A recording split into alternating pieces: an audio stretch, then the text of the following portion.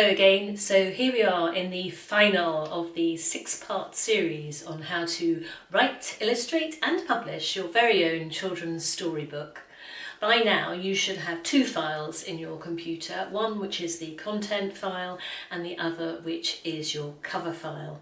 So without further ado, let's head straight over to KDP, Kindle Direct Publishing. And this is the help page that I've talked about previously. What you actually want this time though is bookshelf. So we click on here and you'll get to this page, which is create, manage and publish. It's starting to get very exciting, and we press create. And you are creating a paperback, so press this one here. KDP will only let you progress in this application form if you've completed it. So this is one I've already completed earlier, which I hope will be useful. This is for Lottie and the Croc. So I've written it in English. Please note you cannot edit your language after you've published. Again, the Lottie and the Croc is the title and you cannot edit it after you have published it, so don't make any spelling mistakes. And again, with the subtitle, it cannot be edited after your book has been published. Your book is not one of a series, so we can ignore that. I put down your name as the primary author. You cannot change this after your book has been published. So if you don't want your middle name to appear in the information published by Amazon, don't put it in. Contributors, if you've got somebody else who's a contributor, like an illustrator, put their name in here. And put a description of your book here. This will help you sell it. So I've put in a special book for Lottie who loves crocodiles, a charming tale of an unlikely friendship between a little girl and a crocodile with a delightful twist at the end. I own the copyright, so if you have written and illustrated it yourself, which I believe you have, then you can very proudly tick that box. This is a child's book, so I hope there are no sexually explicit images or title in there. And you want to put in here a minimum and a maximum reading age. Now, primary marketplace, this is to do with pricing. So if you choose Amazon.com, which is American, you will put your headline price in American dollars, and then it will be altered according to all these other currencies in other markets.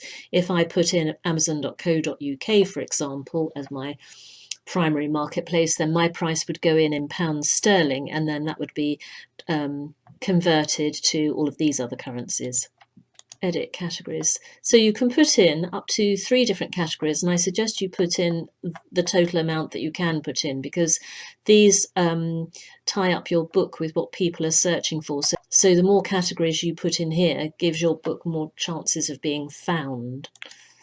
Keywords, things which help people find your book again. So I've put in friendship, crocodiles, not judging by appearances, growing up together, flying dragons, transformation and Australian animals. This was the publication date for my book. Right, the next page. Do you want a free ISBN or do you want to add your own? You can buy your own ISBNs, and I'm putting up a very helpful little video made by somebody else all about ISBNs, but for these purposes I suggest you get KDP just to assign you one. Print options. We've already looked at this in video number 1, and we're going for premium colour with white paper. Put in the trim size of your book here.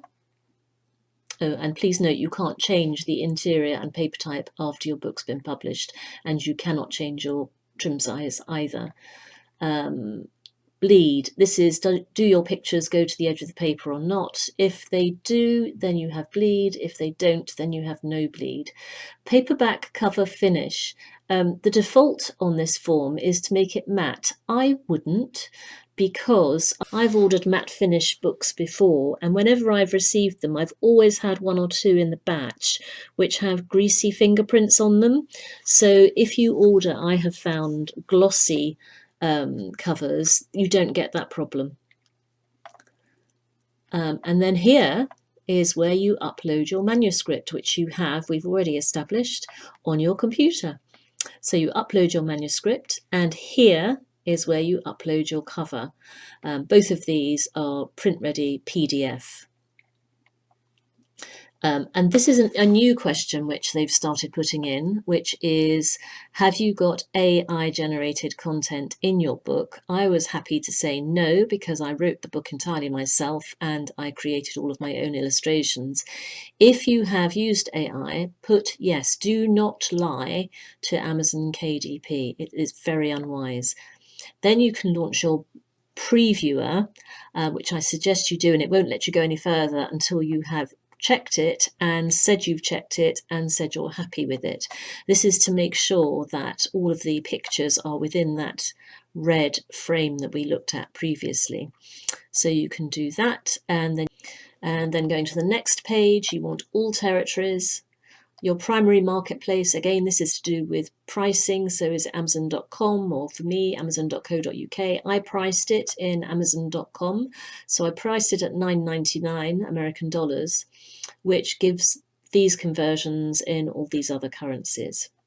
And it tells you that you will receive the princely sum of £1.79 in American dollars per book you sell. It's entirely up to you what you price your book at if you're going to sell it, but do look at other comparable books in the same marketplace and make your book round about the same as other books are being charged at. And then here, by clicking publish, I confirm that I agree to and am in compliance with KDP terms and conditions. Before you do that, and I know at this stage it's so exciting because you just want to press this publish straight away because you've put so much work into it and we're really near the finish line. Before you do that, get a proof.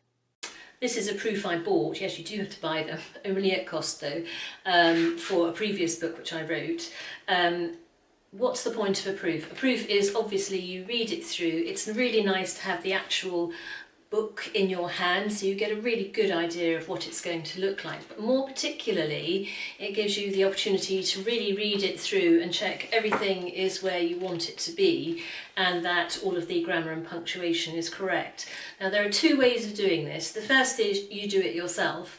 I would advise, of course, do that, but really strenuously advise you to get someone else independent of you to have a look at it, and not just have a look at it and read it, but also read it out loud, because as it's a children's storybook, what's really important is the flow and the rhythm of the words, but also you will, I don't know, I certainly find if I read something and I know what it should say, my brain kind of auto-corrects, so that even though it's misspelt or it's not correct on the page, when I read it, I will read it as it should be corrected. So it's really important to get somebody else who's not you, who doesn't know what should be there, to read it and to read it out loud, and it will become apparent very quickly if there are any mistakes. The other thing is, if you're asking people to critique your work, do brace yourself that they may not say, "Ooh, that's wonderful." And that's really, it's quite painful when people do say that, but there are two ways of dealing with that. The first is you give them sort of like a list of little questions you'd like answered. So therefore, if they're just answering your question, it's not quite as painful or damaging to your ego, I guess, as if they turn around and say, well, you know, that's not very well written, or the rhythm here loses pace, or something like that. But if you shape your questions carefully, you can get some quite considered answers.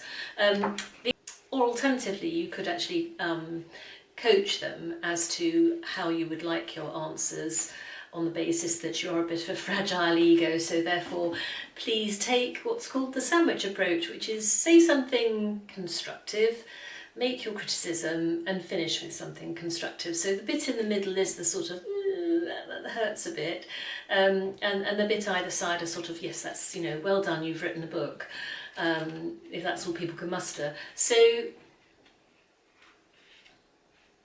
do just brace yourself for the fact that not everyone is going to say, wow, that's amazing. I mean, you hope they do.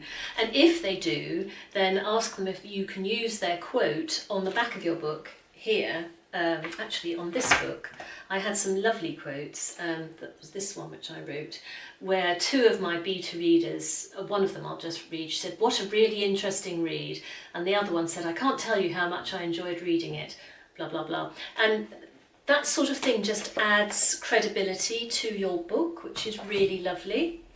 And I have a small confession to make, that my book, which I wrote for Lottie, did actually have one such typo in it, which I completely missed, because when I read what I knew to be the correct version, whereas as soon as somebody else read it, they pointed it out immediately that it was a typo, and to be fair, they were a bit embarrassed to point out my mistake because they didn't want to upset me. But you just have to put on your big girl, she says, being a bit sexist, big boy pants, and just say, I want this to be good. I don't. It's more important that it's good, that my ego is unscathed. And then when you're done, you're happy with your proof, you've had really good feedback, you've put some quotes about how beautiful and wonderful your book is on the back of your cover, then this is the exciting button to press, which is publish your paperback book. Congratulations, you're now a published author. Well, I don't know if anyone is still here at this stage. I hope I'm not just talking to myself. This is the end of, this is the final video in the series of what turned out to be 6 videos all about how to write, illustrate and publish your own children's storybook for free. And it's just really interesting. I was initially going to film just one video about how I wrote my book, but actually you learn so much from trying out a new creative project that it did end up being 6 videos, all of which I have to say I've thoroughly enjoyed making, and I haven't even scratched the surface probably of everything you need to know about or could know about writing, illustrating and publishing your own children's storybook. But I hope you've enjoyed it, and if you have, please share this with other people who might also enjoy it and get something out of it because they're budding authors or illustrators themselves. Please give me a thumbs up, that certainly helps the channel, and I look forward to seeing you in the next video.